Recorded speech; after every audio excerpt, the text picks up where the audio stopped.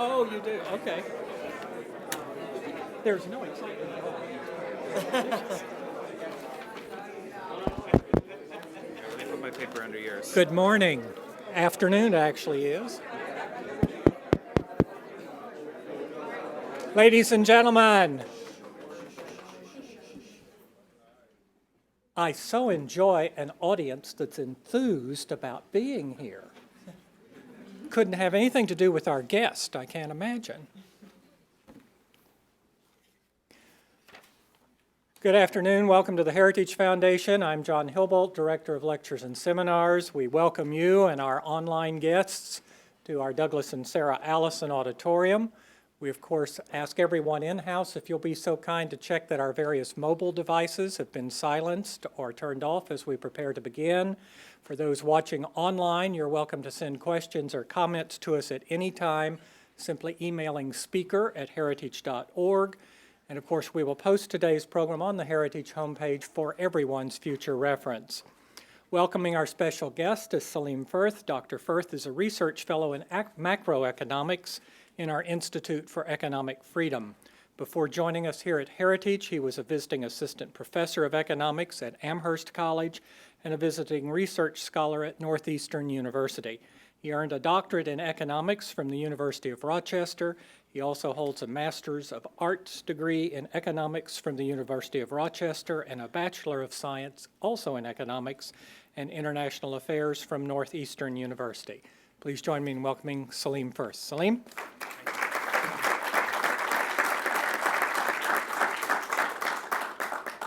Thank you all for being here today. I'm very glad to be able to welcome you to the Heritage Foundation. We are committed to economic freedom, to prosperity, to civil society. So we are very excited about this event because that's what we are seeking in Puerto Rico across all sorts of lines. The Heritage Foundation has been engaged in the question of how to restore growth and prosperity in Puerto Rico over the past few years. And our interests, our goal is to expand economic freedom and maintain rule of law for the sake of everyone involved. That doesn't always make everybody happy. Rule of law, for instance, does not always mean that bondholders get paid. Economic freedom does not mean that every business succeeds. As some of you are very keenly aware, Heritage Foundation was skeptical of the Promesa bill that came out of Congress last year, which sort of has created the framework within which negotiations are taking place now. And today we are actually able to invite the sponsor of that bill, Representative Sean Duffy. He sends his regrets literally 10 minutes ago. Got pulled into a high-level meeting in his day job. I don't know why he's so busy. But he sends his regrets, and we were proud to be able to welcome, even having key voted against this legislation, or our sister organization did that. We were proud to be able to welcome him and say we are all on the same team. We're working for prosperity and opportunity for everyone who lives in Puerto Rico. And even if we disagree sometimes on the process of how to get there, we are being guided by the same star. We do, however, have in-house the man who has the hardest job in politics, Governor Ricardo Rossello. Very, very proud to have the opportunity to welcome the governor to the Heritage Foundation. Really pleased with the ambition and energy that he's brought to what I think is the hardest job in politics. So one of the criticisms that we had of Promesa was that it did not sufficiently emphasize economic reform. It was a very debt process and budget-focused bill. And we said again and again, loudly and clearly, you can fix the budget and you can renegotiate the debt, but if you don't reform the economy and the way that the government interacts with the citizens in the private sector and in the social programs, you aren't going to get long-term prosperity. And I'm very pleased with the understanding that Governor Rossello has of those principles. He's going to get to talk about in detail some of the things that his administration has done and is aiming to do. They're coming up on 100 days, as is another administration in this area. And two things that really impressed me that have already been done. So we're not in the ambition category here, we're in the accomplishment category. The first was a labor reform law that, in a very short version, I think it moved Puerto Rico's labor laws from being kind of like France to being kind of like the rest of the U.S. We know what the results of European-style labor laws are. And I would point out, so some of you picked up the paper of mine that was outside, Puerto Rico has a far lower share of its income going to hired labor than any state in the Union. So it's not as if these, dirigiste labor laws were helping workers. The result on the ground was that Puerto Rico had an extremely low share of income going to workers, and with reform and prosperity, that will change and grow. The second one is one-stop construction permitting. This is a huge deal. It only came out this month. We'll see results as we go forward. But we're all very well familiar. The World Bank does this, doing business survey, and Puerto Rico on the difficulty of starting a business, building a warehouse, right, a very simple business activity, was just down in the dumps globally, far, far behind the mainland U.S., which they measure in New York and L.A. And so this change will let you get all the permits that you need to build a building in one spot, online, and construction is 1/2 of capital investment, right? 50% of capital investment is just simply buildings. And to be able to build those quickly, attract investor money, have clarity about what you can do if you want to invest in the Puerto Rican economy, that is the kind of thing that creates growth. So very happy about that. My message to the governor today is don't rest on your laurels. These are two really good steps. You've taken others you'll talk about. Keep going. Keep the energy up. Today has almost convinced me to be an optimist, but mostly I'm a pessimist. And it comes with the professional territory. But mostly I'm a pessimist on Puerto Rico. I think that it will take a shared sense of urgency and concerned effort by all parties and all sectors, plus some good luck, to restore prosperity and growth to Puerto Rico. So I'm rooting for everyone there, but I don't take this challenge lightly. This is not the kind of thing that is going to be fixed in 100 days, maybe not even in one administration. But we're seeing steps in the right direction, and I want to hear more about those. So let me introduce our keynote speaker today,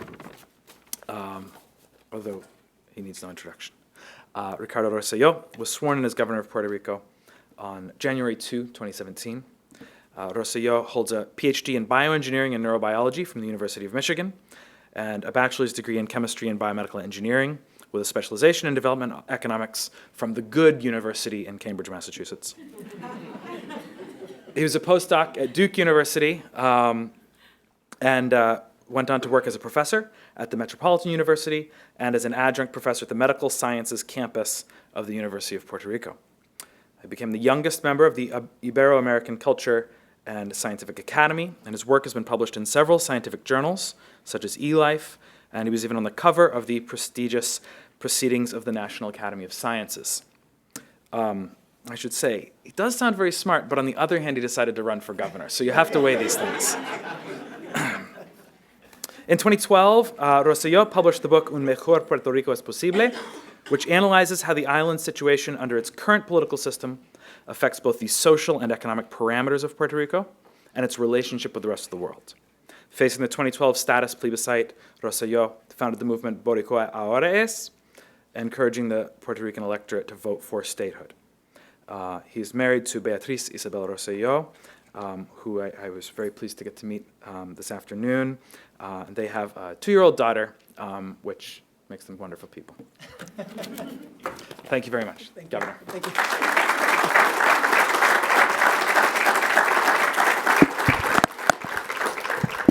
Sounds like that introduction was written by my mother. Thank you, including the not being too smart after running for office. First, let me say, for those of you that might be questioning, No, I am not the junior staffer of the governor. I am actually the governor of Puerto Rico, and I am very excited to be here today. I want to embark on a little bit of a journey today with you, and talk a little bit about the recent history of Puerto Rico.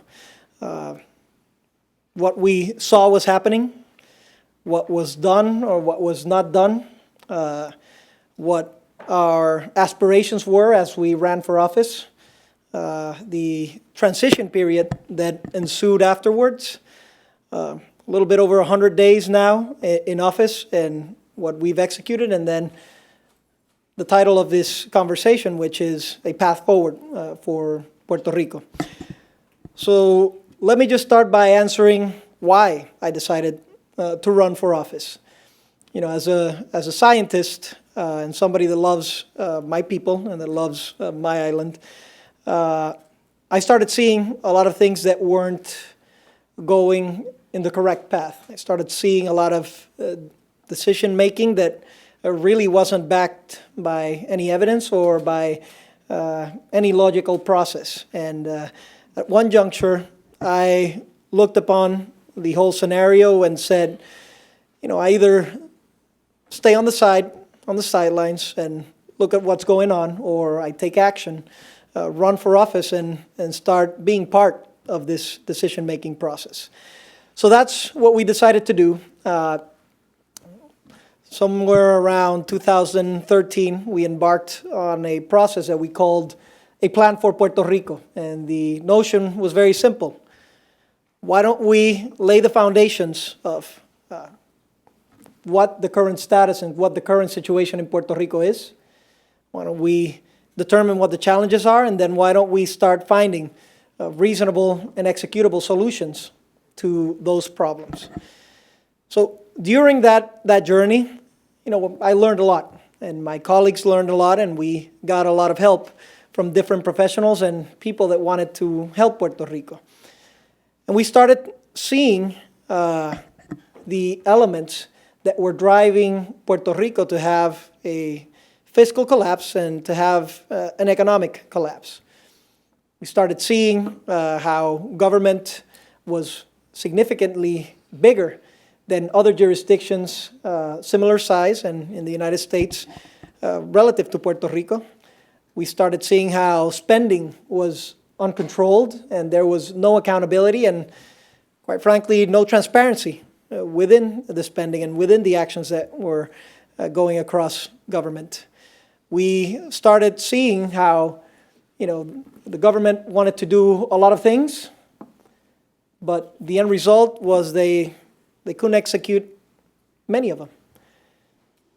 And then we started setting aside what were, I think, the pillars of our vision for Puerto Rico. Now, fast forward to sometime 2015, I decided to launch my campaign and my candidacy for governor of Puerto Rico. At that point, I had to make an introductory speech, and I had several interactions with the media. And I decided to talk about only one issue, which I thought was a critical issue that was limiting growth and opportunity in Puerto Rico. And it was the fact that our government was too big, that we have a government that has 131 agencies, and that there is no accountability for spending. I started talking about how I wanted to reduce that government from a 131 agency structure to about a 30 to 35 agency structure. Of course, all of my advisors started to cringe immediately when I said that. But it was important for me to establish what I thought were the problems in Puerto Rico and what I thought was a solution and a path forward for our island. So the next year and a half, most of the conversation centered about the policies that we were going to execute in order to have a government that can have the tools to reduce spending, to be more fiscally minded, and to focus some of the resources on social and economic growth. Fast forward to 2016, there was a game changer event in Puerto Rico and in Washington, which was the implementation of a fiscal oversight board and the powers that the law of promesa provide this board. Now, this happened in the last couple of months of the previous administration. During that time, that previous administration had the opportunity to submit a fiscal plan for 10 years for Puerto Rico. The Fiscal Oversight Board received that plan, and they did not certify the plan. They gave that government an opportunity to reshuffle the deck and see if they could propose another plan. They did not do so. So all of these things were occurring as I was campaigning for the job, and as I was mindful of a lot of the policies that we had to implement for Puerto Rico because they were part of our commitment for Puerto Rico. Now, given the opportunity to serve as governor, we had another commitment for our people, and it was we were going to focus on a lot of the changes we needed to do on the first 155 days of our administration now. I know it sounds like an odd number. We typically measure things by the first 100 days. But what we said and what we realized was that our situation was very different. It was very particular. It called upon for us to not only take action when we swore oath in office, but it called upon us to take action the minute we won the election. So those first 55 days were the transition period of our administration. And our commitment to the people of Puerto Rico was to find clarity, to get some transparency, to figure out how deep the rabbit hole goes in terms of the fiscal problems and find out some of the solutions that needed to ensue. So as we went through that process, we gave that to the people of Puerto Rico. We identified how deep the rabbit hole went. It was a big number. It was bigger than many expected. But at least we had clarity and we had a path forward. During that time, I started looking for some of the men and women that were going to make our cabinet and having conversations about their commitment to execute and their commitment to excellence, and establishing the real fact that we were going to have to cut expenditures in Puerto Rico if we were going to have a path forward, that we were going to have to start consolidating some of the agencies so that we can have a slimmer, leaner, more effective government, that some of the people I appointed might not have a job after that process ended because there was not going to be a need for that position anymore. And I was very lucky to find men and women that were very committed to doing that precise effort. January 2nd, 2016, I swore oath at 12:01, just right after midnight. And a little bit after that, I signed 4 executive orders, all directed towards having fiscal responsibility, towards identifying a situation of emergency in Puerto Rico that we had to tackle, and that went to executing immediate tasks so that we can start reducing the expenditures and having some accountability in Puerto Rico. Those included implementing a zero-based budgeting approach in Puerto Rico, reducing 20% of our political appointments, which I'm happy to say we're well above that reduction rate, reducing the excess in contracting in Puerto Rico, and even so, reducing the current budget that was ensuing by 10%. So those actions we took on the very first day in office, and we followed suit by submitting 10 new bills to the legislature so that we can have a quick path forward for Puerto Rico in the next coming 100 days. The results after that have been the following. We've been able to pass 22 laws in Puerto Rico, more so than any jurisdiction in the United States at that juncture. 7 structural reforms. Salim stole my thunder and already told you 2 of them. But 7 structural reforms that would directly affect what the fiscal landscape was, and that would allow us to push forward in terms of economic growth. We also had the challenge of producing a fiscal plan in 58 days that would be certifiable and that would come from the government of Puerto Rico as opposed to a non-elected board. We also had and continue to have the challenge of sitting down with our creditors and renegotiate the terms of those credits in good faith. We also had to go in to all of those 131 agencies and see what the runoffs, the expenditures were, start putting some controls, creating task force, and getting groups together that would actually execute what the policy was. So in those first 100 days, we were able to accomplish a lot, but I second your opinion, Salim. We still have to do a lot more. On the economic front, our commitment with Puerto Rico was to drive forth 4 structural reforms that would enable us to create an ambience that would state that Puerto Rico is open for doing business. The first one was the labor reform law in Puerto Rico, something that was talked about for decades in Puerto Rico, but that was never executed. We were able to execute it within the first 30 days of our administration.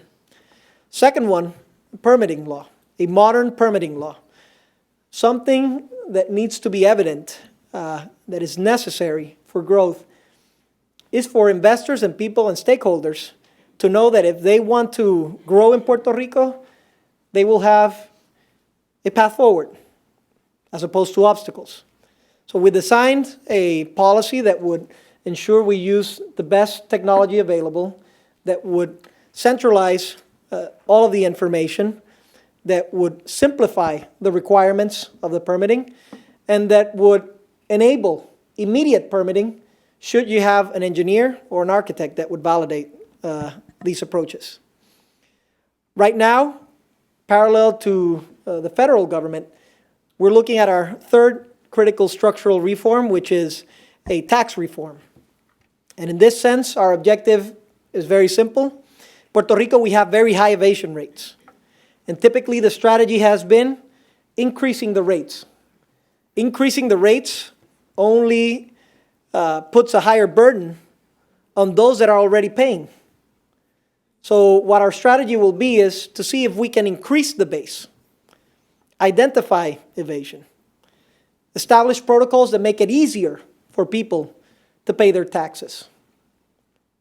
And just recently, without even having to go through the legislature with this, based on pure execution, our Treasury Department was able to get over $60 million more in revenues than what they got last year and than what was expected, just on the single strategy of being more open to people. So there is an alternative to doing this, and our objective is clear.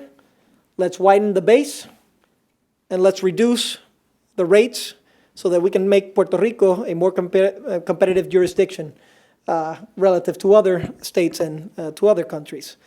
And the fourth critical reform, which we're working diligently right now, it's an energy reform. As you know, in Puerto Rico, we have a monopoly-type system that's ran by the government where we have high rates and low reliability.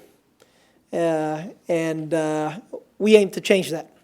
We aim to change that with a collaboration with the private sector and stakeholders so that they can generate part of the energy at more competitive rates so that it is a benefit for the people of Puerto Rico and for the stakeholders that want to get involved in Puerto Rico. We also amended our public-private alliance law, which was already a gold standard within the United States, and we made it even slimmer and more effective than ever, so that we can call upon those that want to invest in Puerto Rico to see the opportunities and to help our economy grow. I'm glad to state that just this past week, we had our first P3 Summit, Public-Private Alliance Summit, whereby we had the participation of over 900 potential investors and looked at over 80 projects to be done in Puerto Rico. So, excuse me. So one thing is the legislation, one thing is the bill, the other thing is the action that our administration has taken so that we can achieve results.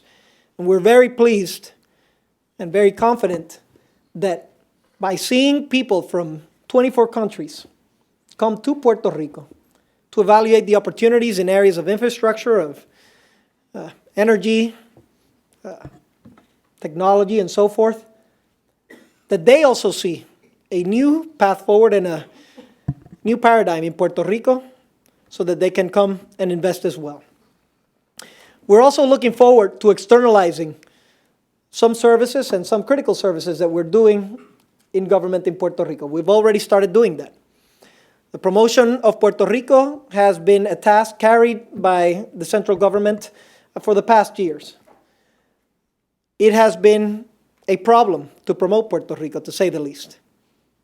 Many of the people here and many of those watching at home might think that Puerto Rico is this tourist hotspot where we get a lot of tourism and where a large chunk of our economy is based on tourism.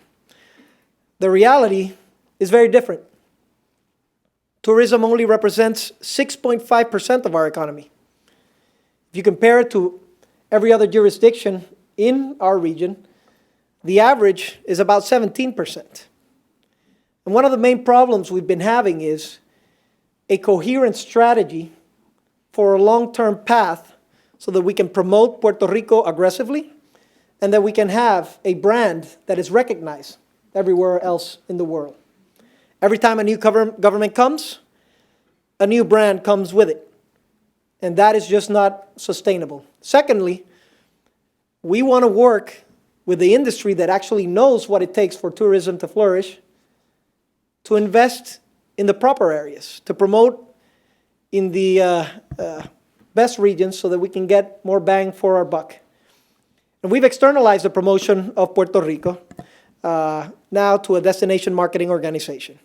We've done the same for the promotion of investment in Puerto Rico, establishing what we're calling Enterprise Puerto Rico, which will allow us to target those areas of industry and growth that can come to Puerto Rico and make sure we make it suitable for them to create jobs and opportunities in Puerto Rico.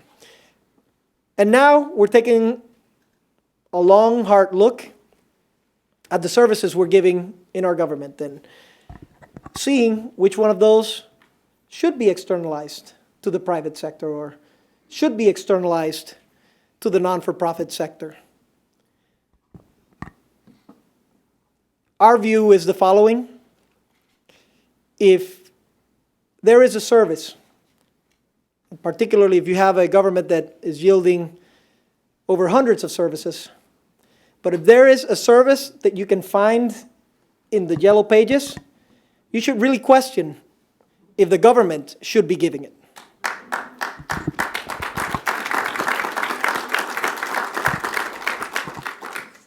So we're on that path, and we're on that path now with a fiscal plan that a lot of people thought we weren't going to be able to get certified. 58 days for the new administration, a lot of challenges, a lot of work had to go in, but luckily we had been working in anticipation of this moment for the previous 3 years, looking at ways that we can cut costs but not affect growth in Puerto Rico, looking at ways where whatever we cut was not just to make ends meet on a snapshot basis, but would provide for a better or more effective government to ensue pushing forward. So this fiscal plan was certified, and now we're using it as part of the strategy in order to right-size government. We have to make significant reductions to enhance some of the revenues in different areas where are necessary, and make sure that Puerto Rico is in a path forward to a sustainable government. 131 agencies is not sustainable. Borrowing uncontrollably is not sustainable. Intergovernment borrowing, as was occurring in Puerto Rico, is not sustainable. We need to change the paradigm, and we need to give some clarity and some transparency to what's occurring in Puerto Rico. So now we're tasked, and our team is tasked, making sure that we can execute this plan. Recently, we submitted bills to our House and to our Senate that will ensure that we can implement some of these strategies so that more onerous strategies won't have to be implemented in their place. We're confident that the work that we've done so far will lead a path, yes, to changes, to reduction in government, but overall, a path in the mid and in the long term to economic growth and to prosperity and to opportunity for all in Puerto Rico. And now, as I stand here before you, we have a great deal of challenges ahead of ourselves as well. We are currently in a position to renegotiate the terms of our debt with our creditors. I can inform all of you that these conversations are ensuing and that we are hopeful that, as we did with the previous credit in the PREPA deal, we will be able to reach agreements with our creditors so that we can move forward in Puerto Rico. These conversations are ensuing and are part of the critical pieces that are still missing so that Puerto Rico can find its way forward. Lastly, I would say that it is now within this structure that we have set aside, we have a change in narrative in Puerto Rico. Before, the idea was to spend away, to borrow, and to come to Washington to get a bailout. Our narrative is different, and it is important for everybody over here to understand that. It is not the same narrative. Our narrative is we're going to put controls, we're going to work with a solid plan, and we don't want bailouts. But we do need collaboration from the federal government so that we can have a runway to execute many of the policies and many of the challenges that we have in Puerto Rico. One said challenge is in the healthcare front. Right now, Puerto Rico has a lower per member per month cost than the average of the cost in all of the states in the United States. As a matter of fact, it's 3 times lower than that of any other state in the nation. And yet we've been able to work with this model, provide services for the people of Puerto Rico, recognizing that we don't have equal treatment in this funding. Now, with the changes that are ensuing, right now there is a question if Puerto Rico will get some funding or not. There have been efforts so that we can argue that this is not a bailout. This is what was allotted to Puerto Rico in the first place, and what is needed for us to have a runway in the next year so that we can execute certain changes to our health industry in Puerto Rico. Within the next year, we're going to implement strategies that will reduce spending in healthcare at a rate of about $300 million, which include detection of fraud, reduction of administrative costs, rationalizing of drug benefits and so forth. And at the same time, we're also proposing a novel concept, a new model for Puerto Rico that will provide more options to the patients, that will allow us to reduce cost significantly, and that will allow us to also have better oversight of providers in general. I'm pleased to announce that just yesterday, we had a meeting with Secretary Price and with Administrator Seema Verma, and we talked about all of these aspects. And later in the afternoon, we received a letter from Secretary Price after we had the conversation, stating that he understood that Puerto Rico needed these funds in order for us to have the framework to have a sustainable healthcare system. And this is a critical point. We're not coming to Washington to ask for money just because we need a little bit extra. This capital is the difference between us having the capability of having a system that can work, that can get to the next year, or having the system collapse because we don't have enough funds to negotiate the terms with our MCOs and our providers. So this is a critical decision that will ensue in the coming weeks in Washington. And we implore the support of all of the stakeholders, recognizing that although it is a situation that is critical in Puerto Rico, it has a significant effect on the states as well.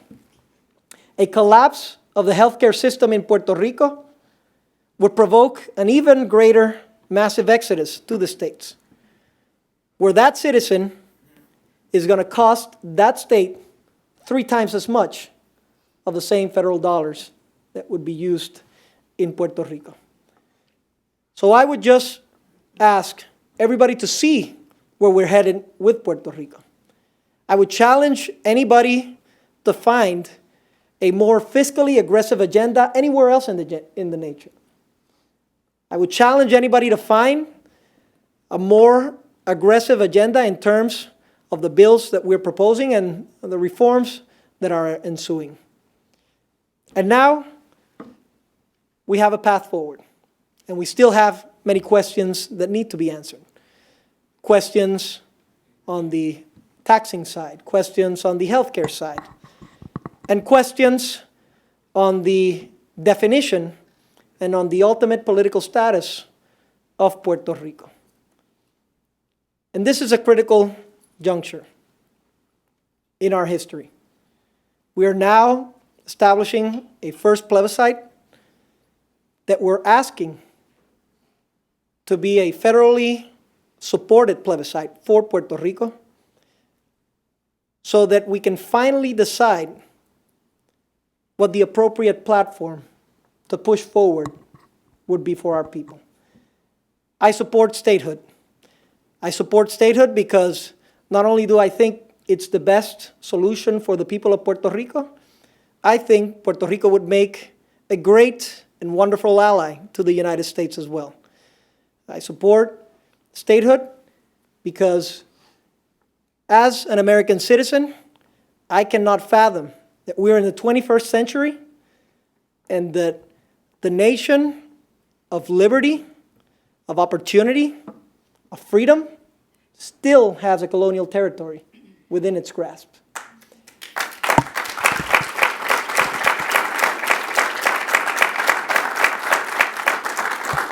And more importantly, you should know that Ronald Reagan also supported self-determination and also supported statehood should the people of Puerto Rico choose that. And we should aspire to have a nation that can open opportunities for all of its citizens, not just some, but for all of its citizens, that would enable us to get a better economic growth in Puerto Rico, that would enable us to participate more effectively with the other states, with the rest of the nations. And this is a critical path forward. And, I've talked a lot about policy. I've talked a little bit about statehood. But I will end my conversation and have answer your questions with one story that just happened last week. As I was leaving my office, I get a phone call from a lieutenant that's stationed in Syria that was coming to Puerto Rico. Already 3 tours under his belt, much younger than what I am. And he wanted to come visit me. He said he wanted to give me a gift. My calendar, as you can imagine, has been a little bit complicated, but we found a way. And I received the lieutenant, his young wife, and his mother. And to my surprise, this lieutenant, who was working for the U.S. Air Force, came to me with a flag that he had flown on November 8th, same day of the elections, over Syria for a period of 12 hours. A flag he flew because he had the hope that he could sometime bring it over to Puerto Rico and give it to its governor. And as he was giving me this flag, and as I felt proud as hell of his achievements and what he was doing for our country, he told me something that shocked me initially. He said, you know, I had to leave Puerto Rico, the land that I love, because I couldn't find opportunities. I had to go elsewhere. And this is how I eventually ended up where I am right now. And some people might even think I was betraying Puerto Rico. And I stopped them then and there. I said, you're not betraying anybody. You are our pride. We're very proud to have people like you that while we enjoy freedoms, while we enjoy liberty, you are fighting for those abroad, knowing of the dangers and the challenges that lie ahead, and knowing that he was going for another tour just a couple of days after that. So he told me, gave me the flag, and he said, please work hard so that I can vote for my commander-in-chief. Please work hard so that I can have the opportunity to come back to Puerto Rico and raise my family here and have opportunities here as well. I told him that my expectation was that the next time I would see him, he didn't have to bring another flag. He would just have to bring a star, and that we would sew that 51st star into that flag together.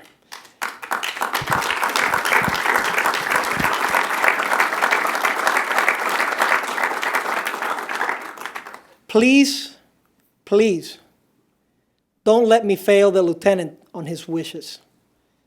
Allow us to have a path forward so that the people of Puerto Rico can decide. Allow us to have a path forward so that we can, as U.S. citizens, keep working for this nation, but as part of the United States, if our people so choose to do so. Please allow us to have the opportunities, to have the runway, and let me let you all know that you're going to have a government that's committed to executing, that we have shown that we have the will, the political will, that we have the energy, that we want to make changes, and that in the coming days, more changes are yet to come. Given that opportunity, I can safely say that the best for Puerto Rico is yet to come. Thank you very much, and I'll be happy to take your questions.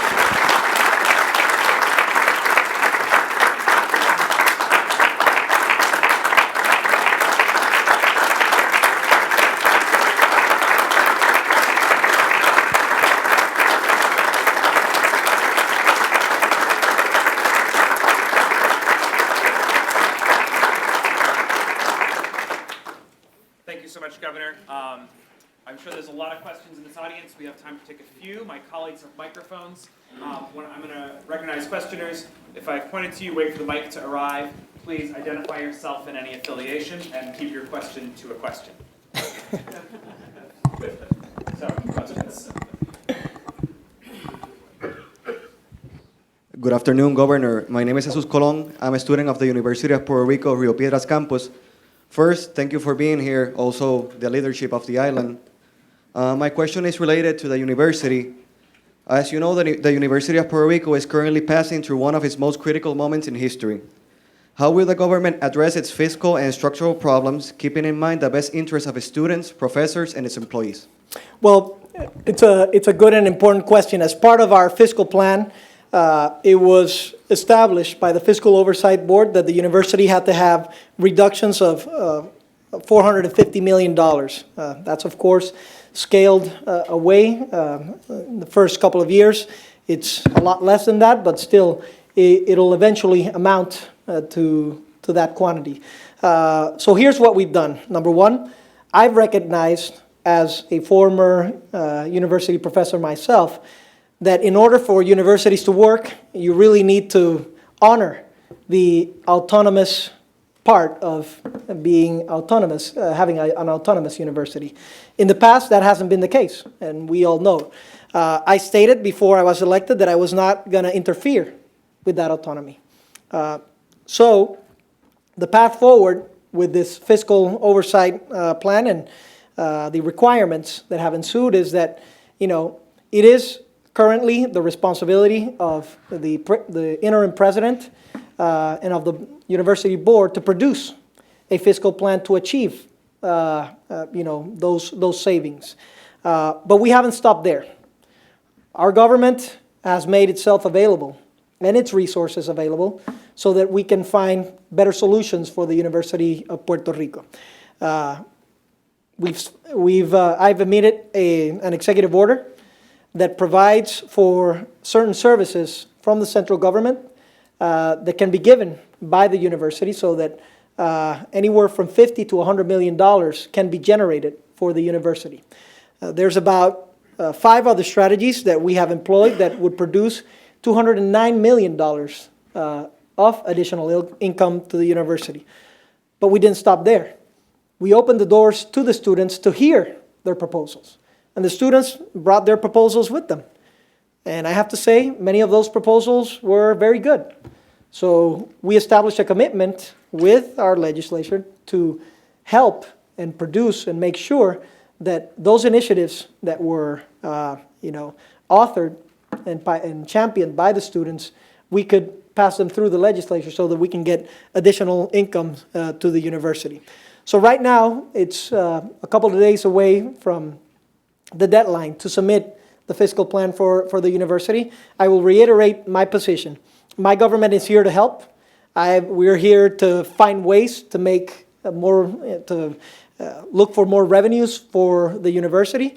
We are committed to executing. As a matter of fact, the executive order is not just a piece of paper. I've actually conducted several meetings with our agency heads so that we can have the rubber meet the road, and we can have these services actually be executed by the University of Puerto Rico. And we've worked so that the tech transfer office in the university, which hasn't been very effective, could actually work together with the Science Trust and have another revenue source in that front. So it is a challenging time for all Puerto Ricans, no doubt. And my commitment to the university, to its students, is that we will have an open door policy in our government. We will hear all of the proposals. We will look for those revenue sources, and that we are willing to help in any way we can find efficiencies. But of course, observing always that higher education and the quality of higher education is critical to our success.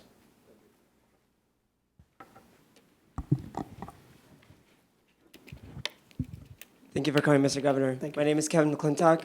I'm the president of the Puerto Rico Statehood Students Association. My question is, in 2012, we have a plebiscite in which statehood won, but due that we had an incoming pro-status quo government, those results weren't really lobbied for in Congress. How are we going to ensure that the results of the plebiscite on June 11th are recognized by the U.S. Congress and the President of the United States? It's a great question, and that's part of the reason I'm here. I'm happy to state that yesterday we had a meeting with the Department of Justice. Just for background reference, there was a quantity, a $2.5 million quantity earmarked for a process in Puerto Rico that would make the first federally mandated plebiscite in Puerto Rico possible. We've had interaction with the Department of Justice in the past. They've made some recommendations on things that they thought we needed to change. We took all those recommendations, and now we're back at the DOJ with that amended plebiscite and with the openness to see what things we need to change so that we can offer the people of Puerto Rico its first ever federally mandated plebiscite. So how can we make this happen? Well, if we ensure that this process is seen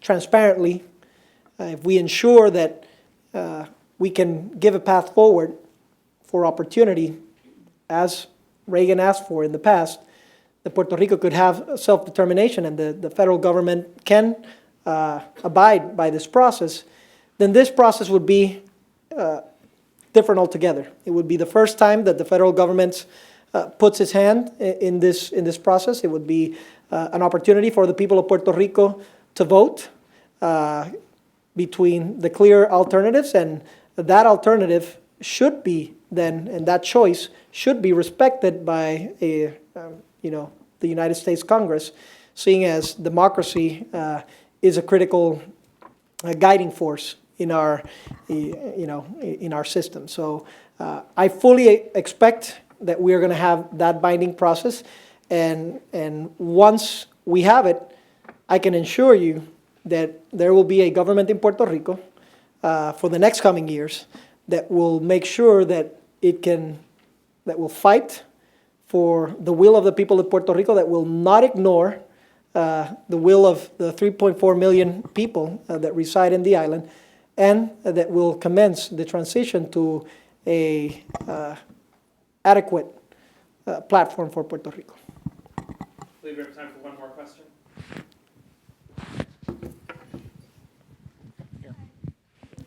My name is Carla Moondry. I'm originally from Puerto Rico, government affairs consultant here.